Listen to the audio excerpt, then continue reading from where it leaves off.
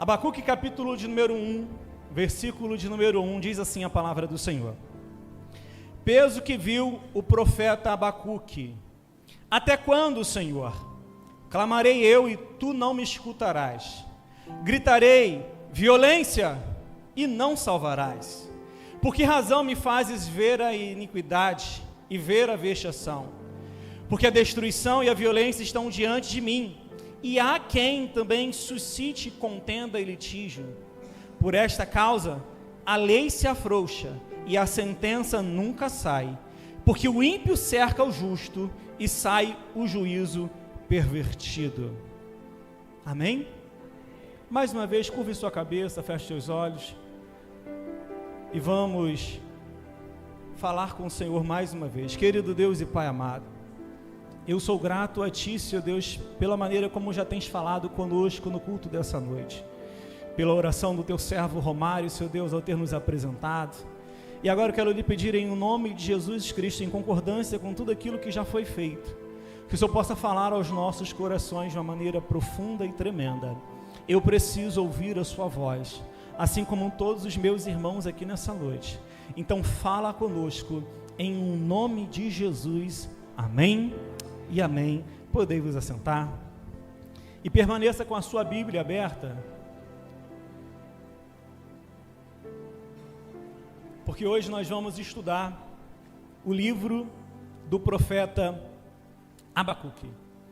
Abacuque, cujo nome desse profeta significa abraço, foi um profeta que profetizou no período eminente ao cativeiro babilônico, ali entre o ano 626 a.C., quando ele começa a profetizar.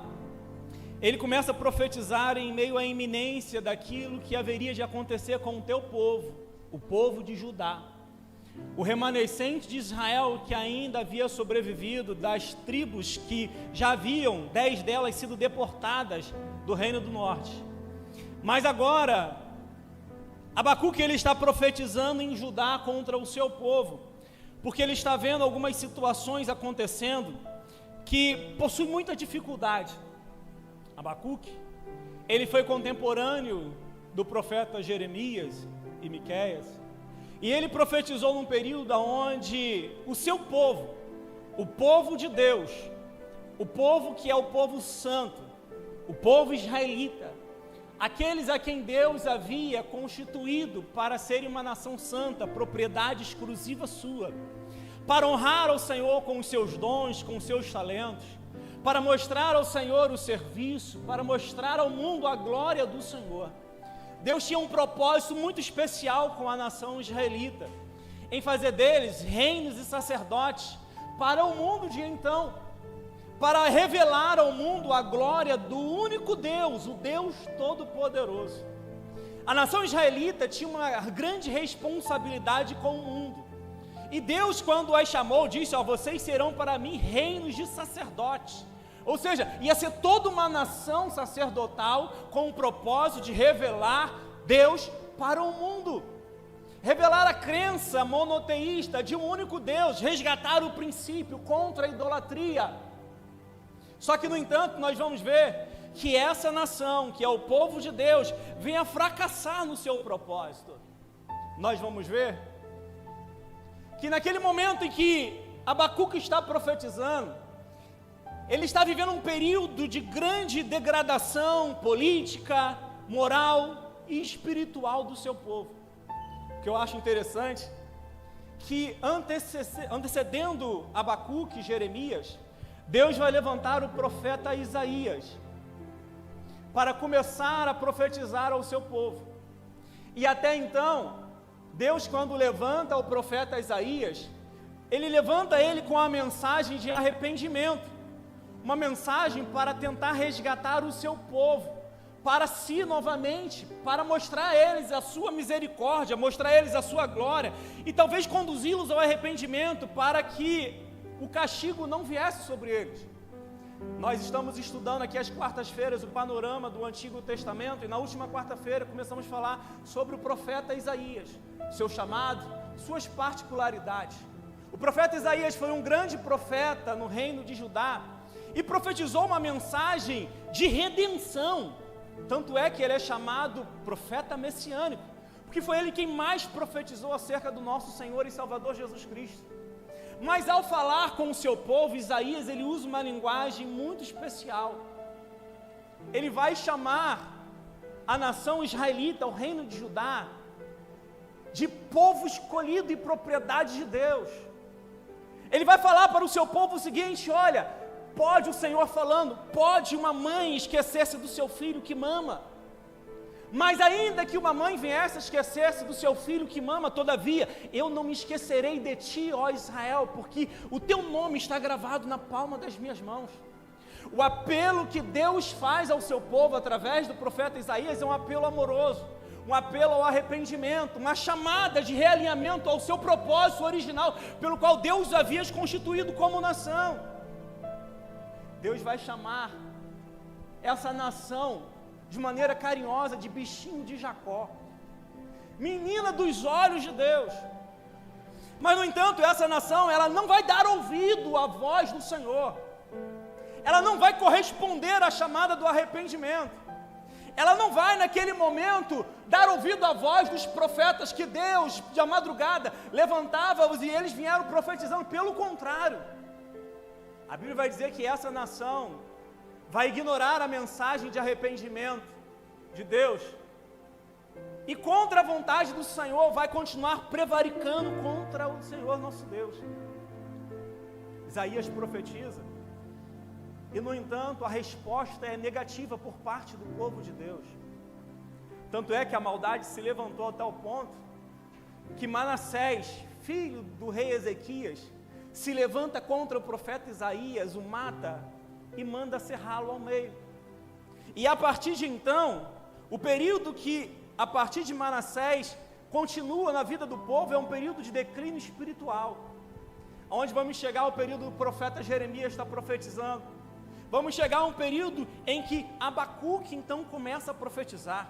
E o que eu acho interessante, se você for reparar no livro do profeta Abacuque, é diferente de todos os demais, porque naquele momento em que Abacuque ele vai escrever o seu livro, se você notar aí no versículo 1 do capítulo 1 que nós lemos, esse início da literatura de Abacuque diverge de todos os outros.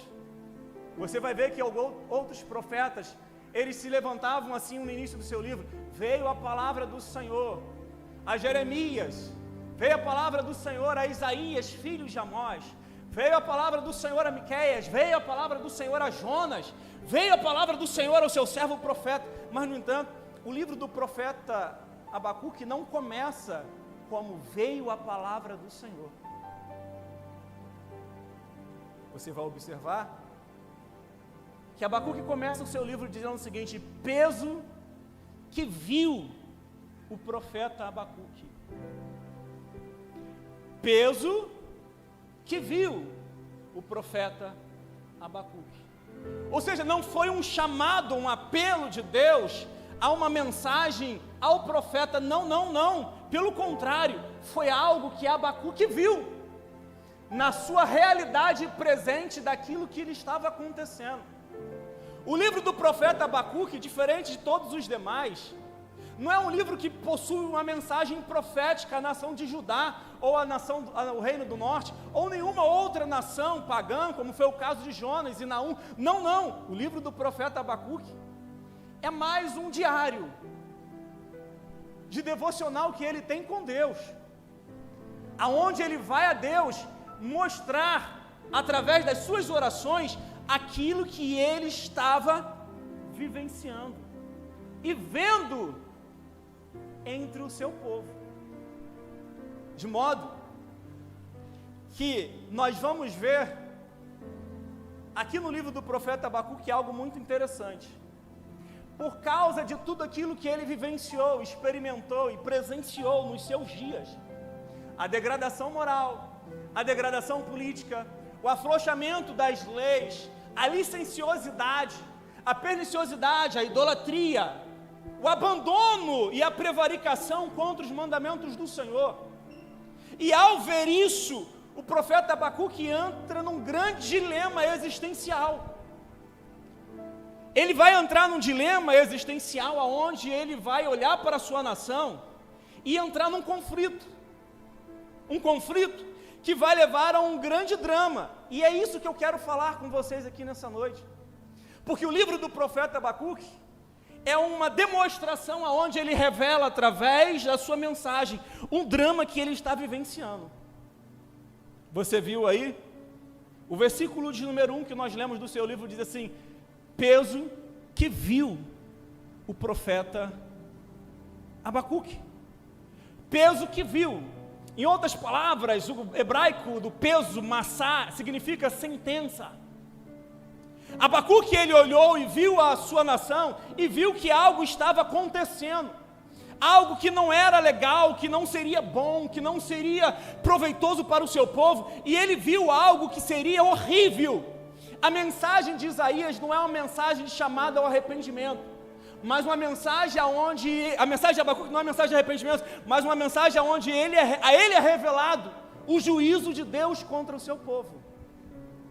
Nesse momento, em que Abacuque ele começa a escrever o seu livro, ele não escreve uma mensagem palatável aos ouvidos daquele que ouvem. Pelo contrário, ele escreve uma mensagem de juízo a uma nação rebelde.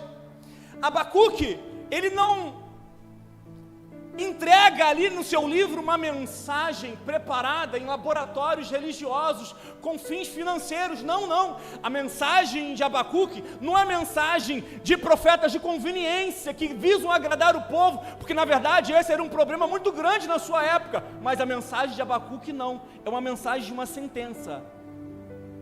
É uma mensagem de juízo, que a Bíblia diz que a ele foi revelado. Ele viu essa sentença que estava sobre o seu povo, e ele resolveu entregar tudo aquilo que ele estava vendo. O que eu acho interessante disso, sabe, é que Abacuque ele teve a sensibilidade de olhar com os olhos de Deus para o seu povo, e enxergar o desvio deles, e falar aquilo que precisava ser falado. Porque um grande problema de hoje, na atualidade, é que muitas vezes nós estamos vendo o nosso povo, o povo chamado povo de Deus, caminhando a passos largos para a degradação moral, caminhando a passos largos para a degradação e a prevaricação espiritual contra Deus, e em vez de trazermos uma mensagem que cause o arrependimento, uma mensagem que vai impactar vidas, uma mensagem que vai provocar transformação, uma mensagem que vai fazer com que a consciência seja erguida, seja dos seus erros. Muitos têm negligenciado o dever de pregar uma mensagem séria da parte de Deus, para pregar uma mensagem palatável aos ouvidos de quem ouve. Sabe por que isso não dá ibope? Isso não gera conversão, isso não gera mudança de vida. As pessoas muitas vezes estão vindo para a igreja buscando ouvir algo que massageie o seu ego, que não conflite com a sua vida de degradação moral, sua vida de pecados. Eu quero lhe dizer que não. Uma igreja séria, um pastor sério, ele prega sobre a miséria da nossa natureza humana. Ele fala a palavra de Deus, doa quem doer, custe o que custar, porque o objetivo não é agradar alguns, nem arrancar aplausos de outros. O objetivo é agradar a Deus e arrancar lágrimas de arrependimento daqueles que ouvem a palavra do Senhor. Abacuque tinha esse tipo de compromisso, e ele vai vivenciar o drama de carregar uma mensagem que não é palatável, uma mensagem pesada, uma mensagem de confronto, uma mensagem que causa aversão, mas no entanto ele é fiel ao seu propósito. Mas ele vai enfrentar um outro drama muito grande, no seu diálogo com Deus aqui, que está no versículo 2, você pode voltar os seus olhos para poder enxergar aí, o que diz assim, Abacuque vai vivenciar o drama de não ter as suas orações respondidas. Olha o que diz aí o versículo de número 2, até quando, Senhor?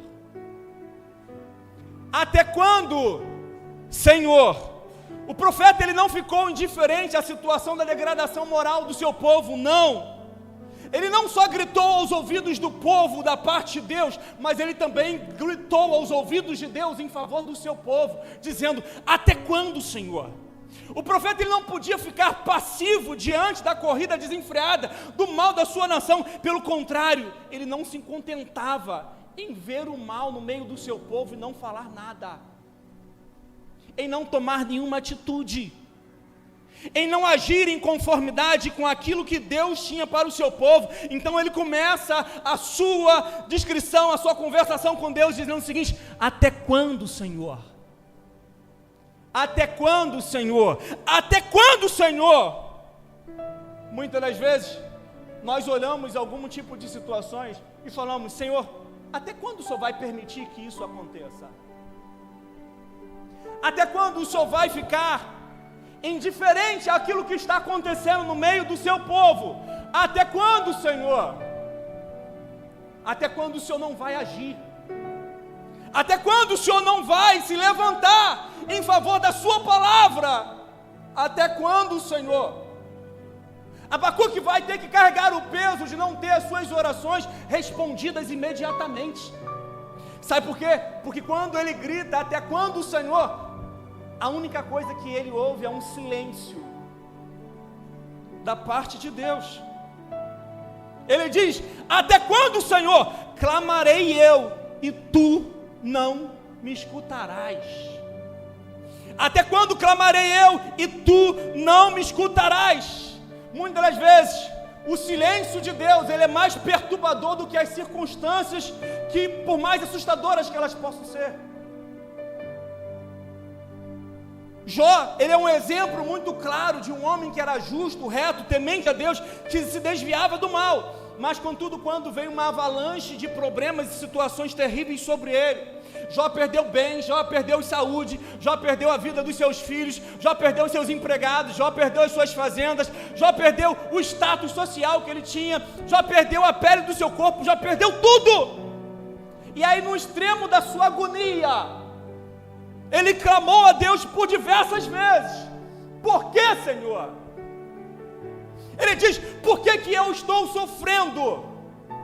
Por que que a minha dor não cessa? Porque eu perdi meus filhos? Porque eu não morri no ventre da minha mãe? Porque eu não morri logo que eu nasci? Por que, Senhor, o Senhor não me mata de uma vez? E sabe qual foi a resposta de Deus para Jó?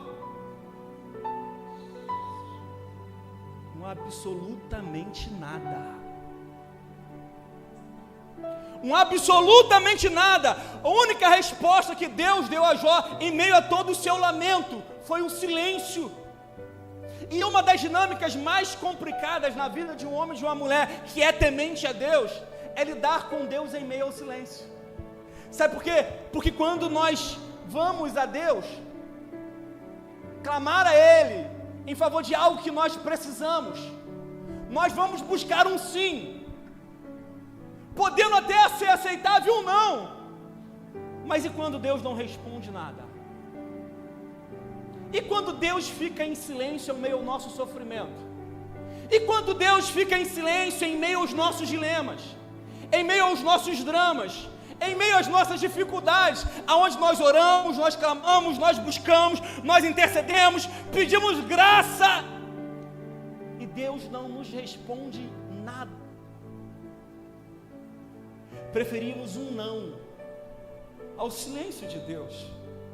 O salmista, no Salmo de número 13, no versículo de número 1 a 4, ele vai clamar ao Senhor e dizer o seguinte: até quando, Senhor? Para sempre te esquecerás de mim? Até quando, Senhor, esconderás de mim no teu rosto? Até quando terei inquietações e tristeza no meu coração dia após dia? Até quando meu inimigo triunfará sobre mim?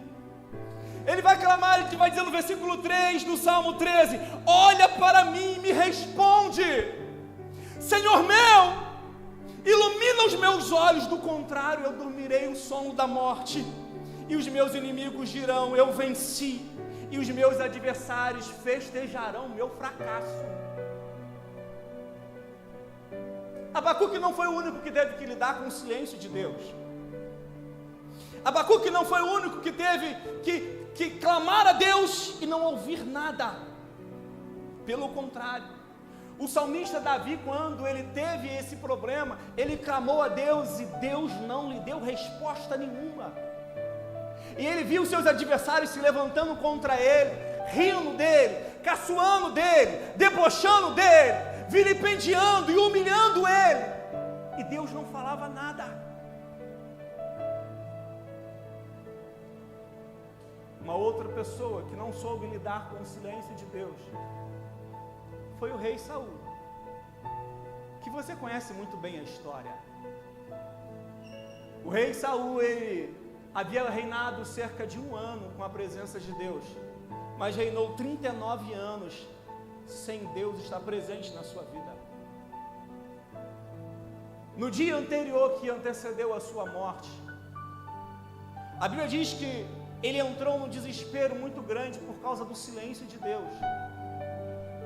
E ele foi até uma cidadezinha em Endor, procurar uma necromante para consultar os mortos em favor da batalha que ele haveria de lutar.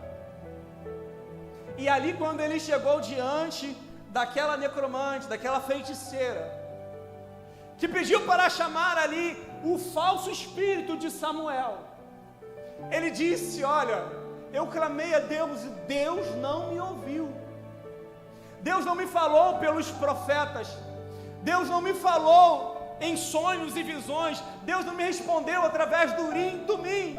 E eu, desesperado que fiquei, eu não sei o que fazer, e por isso eu vim consultar os mortos em favor daquilo que vai me acontecer amanhã. O desespero de Saul foi tanto ao silêncio de Deus, que ele preferiu pecar e desobedecer um princípio da Bíblia Sagrada, aonde o Senhor disse: ao favor dos vivos não se consultará os mortos. O Senhor havia lhe dito claramente: não buscareis entre aqueles que são feiticeiros, aqueles que são necromantes, aqueles que adivinham, não buscarei isso, porque os que fazem isso trazem maldição sobre si. E a Bíblia diz: morreu Saul, porque consultou a feiticeira de Endor. O problema é que quando nós não conseguimos administrar a nossa vida, quando Deus fica em silêncio, nós muitas vezes perdemos a linha e fazemos aquilo que não é para fazer. Agimos em conformidade com a nossa vontade, ou muitas das vezes reféns da necessidade, e sucumbimos diante de decisões erradas, porque não conseguimos administrar a nossa vida. Quando Deus se cala, quando Deus se cala, Saul fracassou em não esperar o tempo da resposta de Deus, e isso trouxe maldição para ele, de maneira que no dia seguinte morreu ele e toda a sua família. Mas eu quero te dizer algo muito importante: o silêncio de Deus não significa inércia divina. Não é porque Deus não está falando que Ele não está trabalhando. O silêncio de Deus não significa que Deus está indiferente. O silêncio de Deus não significa que Ele está parado. Pelo contrário, o silêncio de Deus tem um propósito muito específico. Ele é pedagógico. Ele nos ensina a confiar, mesmo quando todas as circunstâncias dizem não. Ele nos ensina a descansar em Deus, mesmo quando as situações nos parecem as mais adversas possíveis. Ele nos ensina a depender de Deus, fazendo com que a nossa comunhão com Ele aumente, à medida que nós vamos aprender que Deus é quem tem o controle da vida, e não nós. Eu quero dizer uma verdade muito importante: não é porque a sua vida saiu do controle das suas mãos que ela saiu do controle das mãos de Deus. Deus continua controlando todas as coisas pela sua soberania. E a Bíblia é verdade quando diz em Romanos 8:28, todas as coisas cooperam para o bem daqueles que amam a Deus, aqueles que são chamados segundo o seu propósito. Fica tranquilo, aprenda a descansar em Deus. Eu sei que situações adversas vêm sobre nossas vidas e nós queremos respostas imediatas, mas Deus não trabalha segundo a nossa agenda, Deus não trabalha segundo a nossa necessidade, Deus trabalha segundo a agenda dele, segundo a vontade dele. As coisas acontecem no tempo dele. E muitas vezes não acontece da maneira como nós queremos. Paulo, ele falou que teve uma visão onde ele foi ao terceiro céu e recebeu revelações preciosíssimas de Deus e do mundo por vir, as quais não eram dignos do homem revelar. E para que ele não se exaltasse por causa das glórias, das revelações que ele havia recebido, foi-lhe colocado um espinho na carne, um mensageiro de Satanás, para esbofeteá-lo o rosto, para que ele não viesse a se exaltar. E a Bíblia diz que por 3 vezes ele orou ao Senhor. Por 3 vezes ele clamou a Deus por uma resposta, para que Deus arrancasse o espinho da sua carne. Sabe o que Deus falou na terceira vez? A minha graça, ela te basta. A minha graça, ela te basta.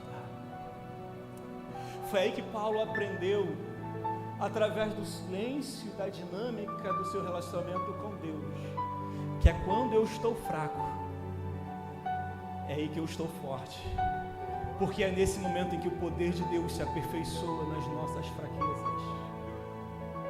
O silêncio de Deus não significa inércia da sua parte. Abacuque teve que lidar com o drama da demora em Deus executar o juízo sobre os ímpios do seu povo. O clamor de Abacuque era em favor da sua nação, que estava vivenciando uma degradação e um declínio moral e espiritual tão grande, que ele não conseguia ver isso. E ele clamou ao Senhor e disse: Senhor, até quando, Senhor? Clamarei e tu não me escutarás. Gritarei violência e tu não me salvarás. A demora em Deus executar o juízo sobre o ímpio coopera para que este viva sem o devido castigo, de maneira a pecar cada vez mais. Eclesiastes capítulo de número 8, versículo 13, a palavra do Senhor diz exatamente o seguinte: visto que como não se executa logo o juízo sobre a má obra, por isso o coração dos filhos dos homens está inteiramente disposto a praticar o mal. Como não se executa logo o juízo sobre a má obra, o coração dos filhos dos homens está sempre disposto a praticar o mal. Sabe, o que o sábio Salomão está dizendo aqui, é que quando a gente peca, e o justo juízo não vem imediatamente sobre nossas vidas, a gente tende a permanecer no pecado.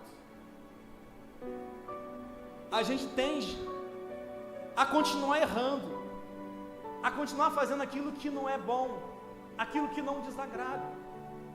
Por quê? Erramos, e como não colhemos a consequência imediata, achamos que podemos continuar errando, e que consequência nenhuma virá sobre nós. O grande problema é que quando nós não recebemos o castigo imediato pelos nossos atos, nós achamos que podemos continuar praticando, que nada vai nos acontecer. O dilema de Abacuque é justamente sobre a demora em executar o juízo sobre a impiedade, e que é o dilema de muitos de nós também na atualidade, porque nós às vezes não questionamos por que Deus não dá a devida paga ao ímpio. Por que Deus não pega e lança logo os pecadores no mais profundo do inferno? Por que Deus não executa logo o seu juízo sobre aqueles que prevaricam contra o Senhor? Porque sabe qual é o maior problema? Não é nós pecarmos, mas era o problema que Israel estava vivenciando. É uma vida de pecado lá fora e uma vida de hipocrisia aqui dentro. O problema não é nós pecarmos, que pecarmos todos vamos pecar. Pecadores nós somos. O problema é nós não assumirmos os nossos erros e continuarmos vivendo uma vida leviana diante de Deus e diante dos homens. No domingo à noite nós botamos a nossa máscara de crente, a nossa roupa de crente, a nossa Bíblia debaixo do braço e viemos para a igreja como se fôssemos os mais santos possíveis, os puritanos da vida. Mas, no entanto, na segunda-feira, voltamos para as mesmas práticas das quais são condenáveis diante de Deus e não temos nenhuma crise de consciência em relação a isso. O problema do povo de Abacuque era justamente isso, que ele via aquelas coisas acontecendo e como se Deus estivesse indiferente àquela realidade do seu povo. E Abacuque não foi o único que sofreu com o pecado dos outros. A Bíblia fala no Salmo de número 73 sobre Asaf, onde ele diz assim: verdadeiramente Deus é bom para com Israel, para com aqueles que são limpos de coração. Mas quanto a mim, quase que os meus pés se desviaram, faltou pouco para que eu escorregasse os meus passos. Ele estava dizendo, quase que eu abandonei a Deus, porque eu tinha inveja dos soberbos ao ver a prosperidade dos ímpios, porque não há apertos para ele na sua morte, eles estão firmes em força. Não se acham em trabalhos como as outras pessoas, nem são afligidos como os outros homens. Pelo contrário, eles se vestem de soberba como um colar, e vestem-se de sua violência como um adorno. Os olhos deles estão sempre inchados da gordura e superabundam imaginações do seu coração. São corruptos e tratam maliciosamente a opressão, falam arrogantemente, erguem a boca contra os céus e a sua língua percorre a terra. Pelo que o povo volta aqui, as águas dos copos deles são sempre cheios, e dizem, como sabe Deus?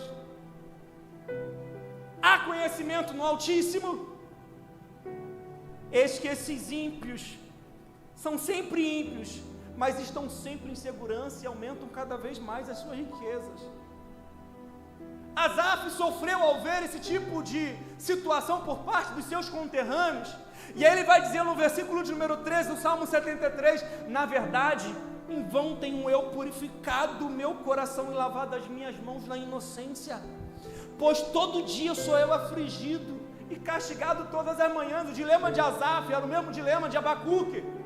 Porque, Senhor, eu que estou teu servo, que tenho buscado viver em santidade, tenho buscado andar em retidão diante de Ti, tenho buscado viver uma vida que Te agrade, todos os dias eu padeço, enquanto aquele que prevarica contra o Seu nome, aquele que peca, aquele que transtorna a lei, eles sempre escapam e vivem bem. Por que, Senhor? O dilema de Abacuque é o mesmo dilema de Asaf, e muitas vezes é o meu e o seu dilema. Por que o ímpio prospera e o servo de Deus não? Por que o pecador tem saúde e às vezes os filhos de Deus padecem doença? Por que o filho daquele que é um idólatra blasfemo vive bem enquanto o meu padece necessidade? Por que algumas coisas acontecem que contrariam a vontade de Deus, mas parece que Deus está indiferente a elas? E o problema de Abacuque era justamente isso, que ele olhava para Deus e parecia que Deus não estava vendo essas coisas acontecendo. Ele diz assim, por que me fazes ver a iniquidade e ver a vexação? Versículo de número 3. No versículo de número 13, ele vai questionar a Deus e vai dizer o seguinte, será que, Senhor, que Tu és tão puro de olhos que não pode ver o mal e a vexação não pode contemplar? Ele vai questionar, por que o Senhor me fazes ver isso? E o Senhor mesmo não olha para essa situação. E o Senhor mesmo não enxerga aquilo que está acontecendo. E o Senhor mesmo não age em favor daquilo que está acontecendo. Até quando, Senhor, não executarás Tu a justa justiça? Até quando, Senhor, ficarás indiferente a tudo aquilo que está acontecendo no mundo? Até quando, Senhor, não operarás a Tua vontade, executando a Tua sentença contra o meu povo, que é um povo extremamente pecador? Sabe, às vezes, nós na nossa justiça própria, pedimos a Deus justiça divina. Meu irmão, se Deus fosse executar e fazer justiça a mim, a você, eu e você estaríamos mortos. Às vezes pedimos, Deus, faça justiça, e não sabemos o que estamos pedindo. Deus é justo. Ele não toma o culpado por inocente, mas, no entanto, Deus vai mostrar a Abacuque que a sua aparente indiferença é exatamente isso, apenas aparente. Volte os seus olhos ao versículo 5, que é um texto que nós não lemos, para você acompanhar aí.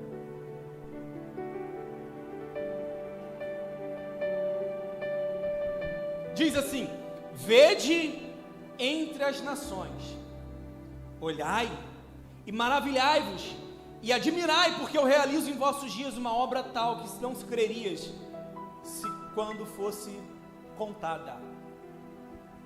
Deus vai responder a Abacuque da seguinte maneira: Abacuque, tudo aquilo que você está falando, eu estou vendo, e eu não estou indiferente àquilo que está acontecendo. A minha aparente indiferença, ela só é aparente para você, mas enquanto eu me calo, eu trabalho. Porque se você olhar entre as nações e ver tudo aquilo que está acontecendo, eu estou realizando uma obra no vosso meio, que se contasse ninguém acreditaria. E Deus vai falar para Abacuque: eu vou executar o meu juízo. O povo de Abacuque estava caminhando para um declínio moral e espiritual tão grande. Desde Manassés, que começou a praticar ali a magia negra, que matou os seus filhos e ofereceu os sacrifícios a Moloque, passando ali por Amon, Eliaquim, Jeocás, Zedequias, o pecado foi se multiplicando de uma maneira muito grande. Corrupção, violência, imoralidade sexual, mentira, idolatria, injustiça social, inimizades, litígio, contenda, quebra do ano sabático. Todas essas coisas que Abacuque estava vendo, e ele achava que Deus estava indiferente, Deus estava dizendo: eu não estou indiferente. Para tudo isso eu estou olhando, só que eu tenho um tempo e um modo de agir que você não entende. Os pensamentos de Deus são mais altos que os nossos pensamentos. Os caminhos de Deus são mais altos do que os nossos caminhos. A Bíblia diz que como os céus estão acima da terra, assim os seus pensamentos e caminhos são maiores e mais nobres do que os nossos pensamentos e caminhos.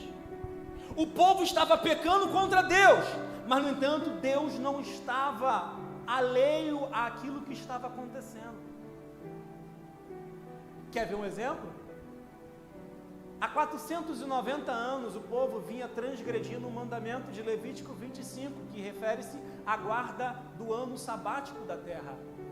Desde o início da monarquia por Saul até o rei Zedequias, o povo transgrediu o mandamento do Senhor de guardar um ano em 7, de deixar de cultivar a terra. E o povo achava que nada haveria de acontecer. Só que, no entanto, Deus fez a conta e a fatura chegou. Sabe, muitas vezes nós somos pessoas irresponsáveis em nossa vida, em nosso relacionamento com Deus, e tratamos a nossa vida e nosso relacionamento com Deus a maneira como nós tratamos com o nosso cartão de crédito. Compramos, passamos no crédito, e naquele momento em que nós compramos, aquilo traz alívio, aquilo traz uma realização, aquilo traz uma satisfação muito bem, porque fala sério, comprar é muito bom, mas no entanto uma hora a conta chega, uma hora a fatura vai chegar à nossa porta, e Deus estava falando assim, ó: cada ano que o povo deixou de guardar o meu mandamento sobre o princípio do ano sabático, representará um ano a mais no cativeiro que eles haveriam de ficar. Cada princípio que eles quebraram representará um ano de sofrimento em que eles passarão no cativeiro babilônico. Deus contou 70 anos que eles estavam em falta no ano sabático à terra, e disse: olha, a fatura chegou. Sabe, às vezes nós vamos viver na nossa vida como se nós nunca tivéssemos que dar conta dela a Deus. Como se nós nunca tivéssemos que um dia prestar conta ao Senhor de tudo aquilo que temos feito. Na carta de Paulo à igreja de Corinto, na sua segunda epístola, lá no capítulo 5, versículo 10, vai dizer exatamente o seguinte: porque importa que todos nós compareçamos perante o tribunal de Cristo, para que cada um receba segundo o bem ou o mal que tiver feito pelo corpo. Talvez hoje, aquilo que te traz alegria e satisfação vai te trazer desgosto e remorso no dia que você estiver diante do Senhor para prestar conta. Sabe por quê? A fatura vai chegar e um dia você vai ter que responder por ela. A questão é como você administra a sua vida, como você faz a sua gestão do seu relacionamento com Deus. Porque o povo de Israel prevaricou contra o Senhor e achou que nunca isso haveria de trazer sobre eles nenhum tipo de consequência. Só que, no entanto, a consequência veio. Deus disse: Abacuque, eis que eu trago sobre vocês os caldeus, uma nação impiedosa, que marcha pela largueza da terra. Os seus cavalos têm olhos como de fogo, marcham com imponência e pisam todas as nações. Eu trago os caldeus sobre vocês, para que vocês venham sofrer o castigo devido a todos os anos que vocês prevaricaram contra mim. Quando Deus então responde a Abacuque, quebrando o silêncio das suas orações, sabe qual é a resposta que Abacuque vai dar a Deus? Ah não, Senhor, aí não. Só vai trazer os caldeus sobre a nossa nação. Se tu és tão justo, como é que tu podes concordar que uma nação mais ímpia do que Judá venha e nos castigue? Como é que só pode aceitar que o ímpio, ele se levante contra aquele que é mais justo do que ele? Em outras palavras, Abacuque estava dizendo: Senhor, eu estou te pedindo que o Senhor castigue a minha nação pelos seus pecados, mas no entanto, eu não quero que o Senhor castigue a minha nação pelos seus pecados, usando uma nação que é mais ímpia do que ela. O discurso de Abacuque reflete muitas das vezes ao nosso sentimento, em orarmos por alguém que está próximo a nós, mas que está longe de Deus, e quando Deus resolve tratar com aquela pessoa, a gente ora para que Deus tire a mão sobre ela. Em outras palavras, nós queremos ensinar Deus a trabalhar. Só que eu quero lhe dizer que Deus não precisa da minha e da sua ajuda. Deus sabe exatamente a maneira como Ele trabalha. Deus sabe como executar a justiça e o juízo. Abacuque, quando ele ouviu a resposta de Deus, ele não imaginou que Deus fosse tão drástico em executar aquela sentença. Só que, no entanto, sabe de uma coisa? Nós muitas vezes queremos ensinar Deus a trabalhar, em vez de nos recolhermos a nossa insignificância e falar: Senhor, faz tua obra, faz teu querer, Senhor, fala, Senhor, castiga se necessário for. Deus está mostrando para Abacuque que ele não estava indiferente à sua nação, porque a sua nação era extremamente preciosa aos olhos dele. Só que Abacuque não queria entender. E quando Deus responde, Abacuque, em vez de entender, vai contender com Deus.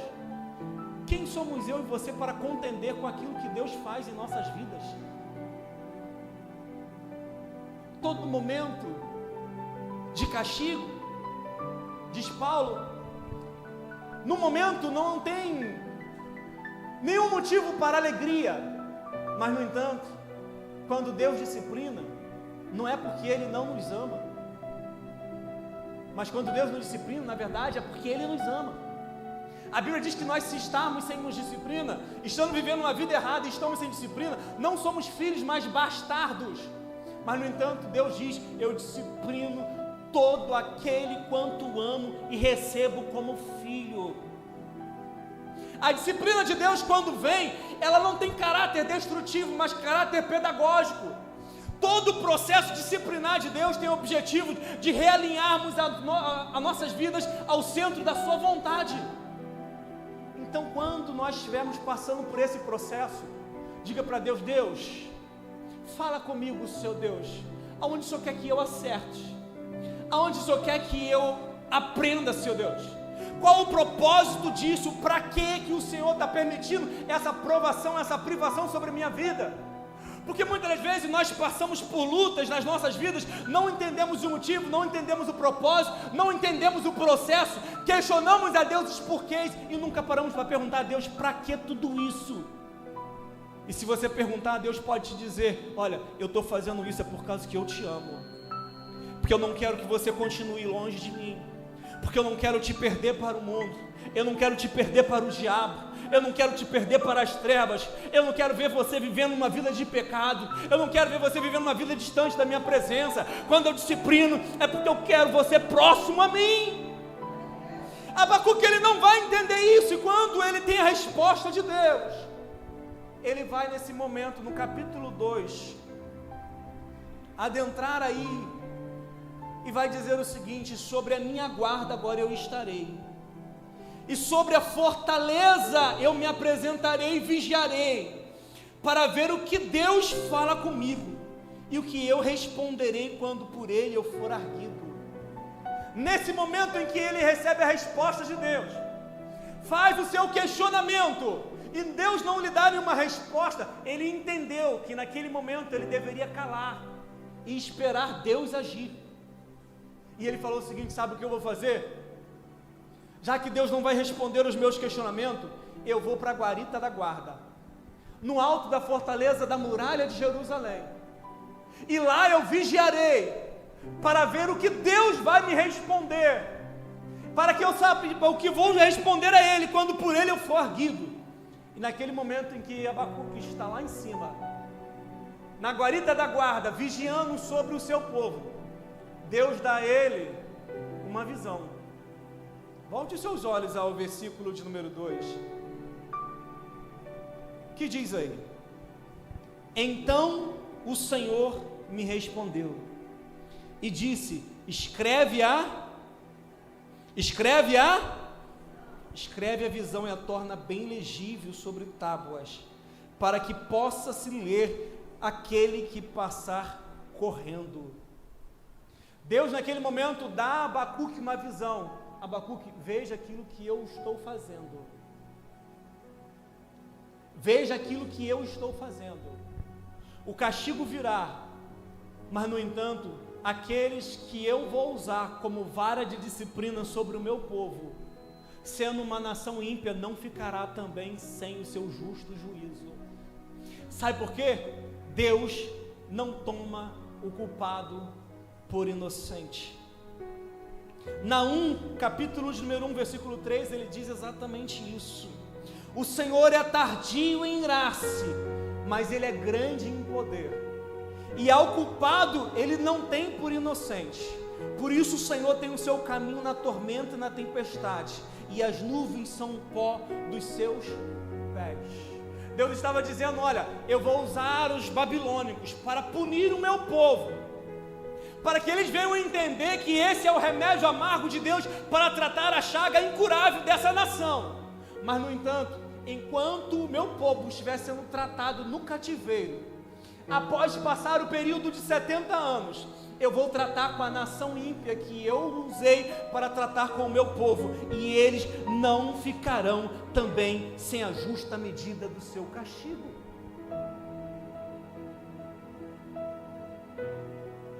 E por que Deus vai tratar com aquela nação? No capítulo 2, nós temos algo aí muito interessante. Deus vai tratar com a nação dos babilônicos. Por quê? Porque eles eram soberbos. Eles achavam que por serem quem eram, por fazerem o que faziam, eles estavam na crista da onda, vivenciando como se eles fossem os donos do mundo. E no entanto, não sabiam eles que era Deus quem conduzia o destino de todas as nações, e até as vitórias que eles conquistavam, era a mão de Deus sobre eles. Por isso Deus falou para ele: eis o soberbo, a sua alma não é reta diante dele. Mas ele falou o seguinte: olha, mas no momento de tratamento, o meu justo viverá pela fé. O meu justo, ele vai passar pelo processo. Ele vai passar pelo aquilo que ele tiver que passar, mas no entanto ele vai sobreviver ao processo. E ele vai sobreviver ao processo por causa da sua fé. É a fé que nos sustenta, é a fé que nos alimenta, é a fé que nos mantém de pé em meio às diversidades. É a fé que nos permite passarmos por momentos de privações e privações. Por quê? Porque Deus, Ele nos sustenta mediante a nossa fé. Deus vai castigar as Babilônias. Nós vamos ir aí no versículo de número 6, no versículo 9, no versículo de número 12, no versículo de número 15, no versículo número 19. 5 ais de Deus contra a nação Babilônia. Mas no entanto, o último ai, ele sintetiza um dos motivos principais pelos quais a nação de Babilônia haveria de sofrer o justo juízo por parte de Deus. Quando diz assim no versículo 19: ai daquele que diz ao pau, acorda, e a pedra muda, desperta. Pode isso ensinar? Eis que está coberto de ouro e de prata, mas no meio dele não há espírito nenhum. Mas o Senhor está no seu santo templo. Cale-se diante dele toda a terra. Deus estava dizendo: olha, a nação de Babilônia é uma nação idólatra, que diz ao pau, acorda, que diz à pedra, muda, desperta. O grande problema da nação babilônica, que também era um problema da nação de israelita, era a idolatria. E sabe qual é o grande problema nosso hoje em dia? Não é a idolatria de nós nos prostrarmos diante de um ídolo de gesso, ou de prata ou de pedra. Sabe qual é o grande problema da igreja da atualidade? São os ídolos do coração. São os ídolos do coração, são coisas e pessoas que muitas das vezes estão roubando o devido lugar de Deus. Tudo aquilo que assume o lugar de Deus é um ídolo. O seu ídolo pode ser a sua esposa, pode ser o seu filho, pode ser o seu pastor, pode ser o seu time de futebol, pode ser a sua casa, pode ser o seu carro, pode ser o seu trabalho, pode ser o dinheiro. A questão é, qual é o ídolo que muitas vezes tem roubado no seu coração um lugar que pertence a Deus? Aquilo que está tomando o lugar que é devido de Deus na sua vida.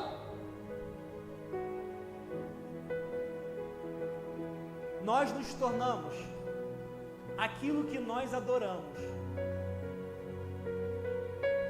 Nós nos tornamos aquilo que nós adoramos. E aí, o que você tem adorado? Em que você tem depositado a sua confiança? Em que você tem se fiado na sua vida? A nação de Babilônia haveria de sofrer o justo juízo de Deus, mesmo durante um período tendo sido usada como um instrumento de Deus para os demais povos. Mas no entanto, por quê? Porque no fim de tudo, eles estavam vivendo sob idolatria. Eu convido o grupo de louvor a tomar a sua posição aqui no palco. Enquanto nós terminamos a mensagem, no capítulo de número 3, versículo de número 1, diz assim: oração do profeta Abacuque sob forma de canto. Ouvi, Senhor, a tua palavra e temi. Aviva, Senhor, a tua obra no meio dos anos a notifica. Na tua ira, lembra-te da tua misericórdia. Após Abacuque ter um entendimento sobre a soberania de Deus, o trabalhar de Deus, a maneira como Deus trataria o seu povo, a maneira como Deus trataria a nação que usaria para tratar com o seu povo, Abacuque, ele então converte a sua oração de reclamação, a sua oração de indagação, em uma oração de adoração. Diz aí, oração do profeta Abacuque em forma de canto. Abacuque transforma os seus questionamentos em louvor a Deus, aonde ele diz: ouvi, Senhor, a tua palavra e eu temi. Ouvi, Senhor Deus, a tua sentença e eu temi. E aí ele falou assim: aviva a tua obra no meio dos anos, e no meio dos anos a notifica. Na tua ira, lembra-te da tua misericórdia. Não permita, Senhor Deus, que nós venhamos sofrer a justa justiça e o castigo ao ponto de nós viemos a sermos totalmente destruídos. Quando executares o teu juízo, Senhor Deus, lembra que nós somos teus filhos, a nação a qual o Senhor escolheu para anunciar o teu nome às nações, e salva, Senhor Deus, o remanescente dentro de nós. Senhor Deus, visita, Senhor Deus, a nação que nos levará cativa para a Babilônia, e depois, Senhor Deus, nos traz de volta. Eu convido você a ficar de pé nesse momento.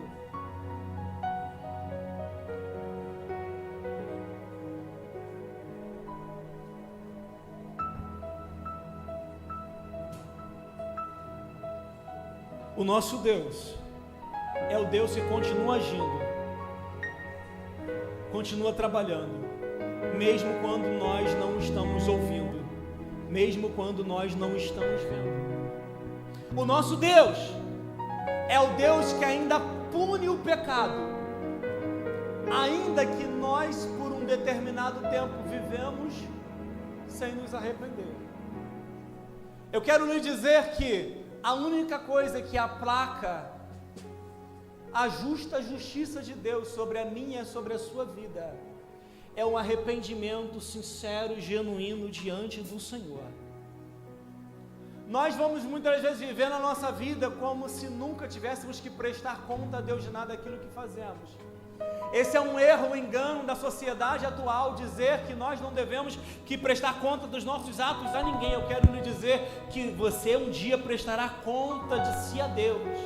O fato de você ignorar o fato não muda o fato, porque o fato importa que todos nós compareçamos perante o tribunal de Cristo para sermos julgados segundo o bem ou mal que houvermos feito através do nosso corpo. E a questão é, se Deus hoje te trouxesse a juízo, como você se apresentaria diante de Deus? Se Deus hoje te trouxesse a juízo, como você se apresentaria diante de Deus? Se Deus hoje chamasse você pelo nome e convidasse a você a vir à frente a juízo, como você se apresentaria diante de Deus? Como um pecador arrependido, que teve seus pecados perdoados por causa do sangue de Cristo? Ou como um pecador obstinado, que negou a oferta do Evangelho e por isso vai sofrer as consequências de todos os atos anteriormente cometidos? A questão é, como que você vai responder a isso diante do Senhor? Deus nos permitiu sermos trazidos aqui essa noite para falar ao nosso coração, porque a resposta de Deus para a nossa vida não era aquilo que nós gostaríamos de ouvir, mas é aquilo que nós precisamos ouvir. E a mensagem de Deus para você nessa noite: arrependa-te, arrependa-te, arrependa-te, porque talvez ainda haja esperança para você. Arrependa-te, arrependa-te, arrependa-te, porque talvez ainda haja esperança para a sua vida. Abacuque entendeu isso, e foi por isso que ele pôde cantar o hino que cantou no final do capítulo 3, quando ele diz assim, versículo 17: porque ainda que a figueira não floresça, ainda que não haja fruto na vide, o produto da oliveira minta, e nos campos não produzam mandimentos, as ovelhas da malhada sejam arrebatadas, e nos currais não hajam vacas.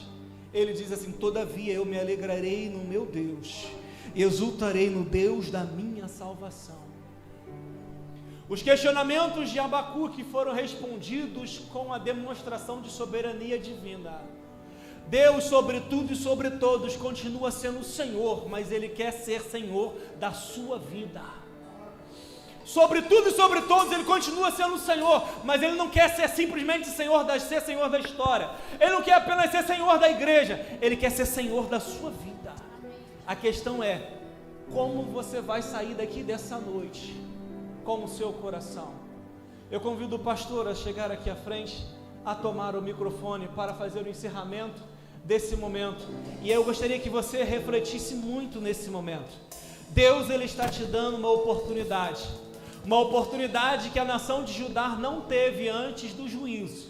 Porque, como nós sempre falamos, Deus sempre, antes de executar o juízo, Ele traz uma mensagem de arrependimento.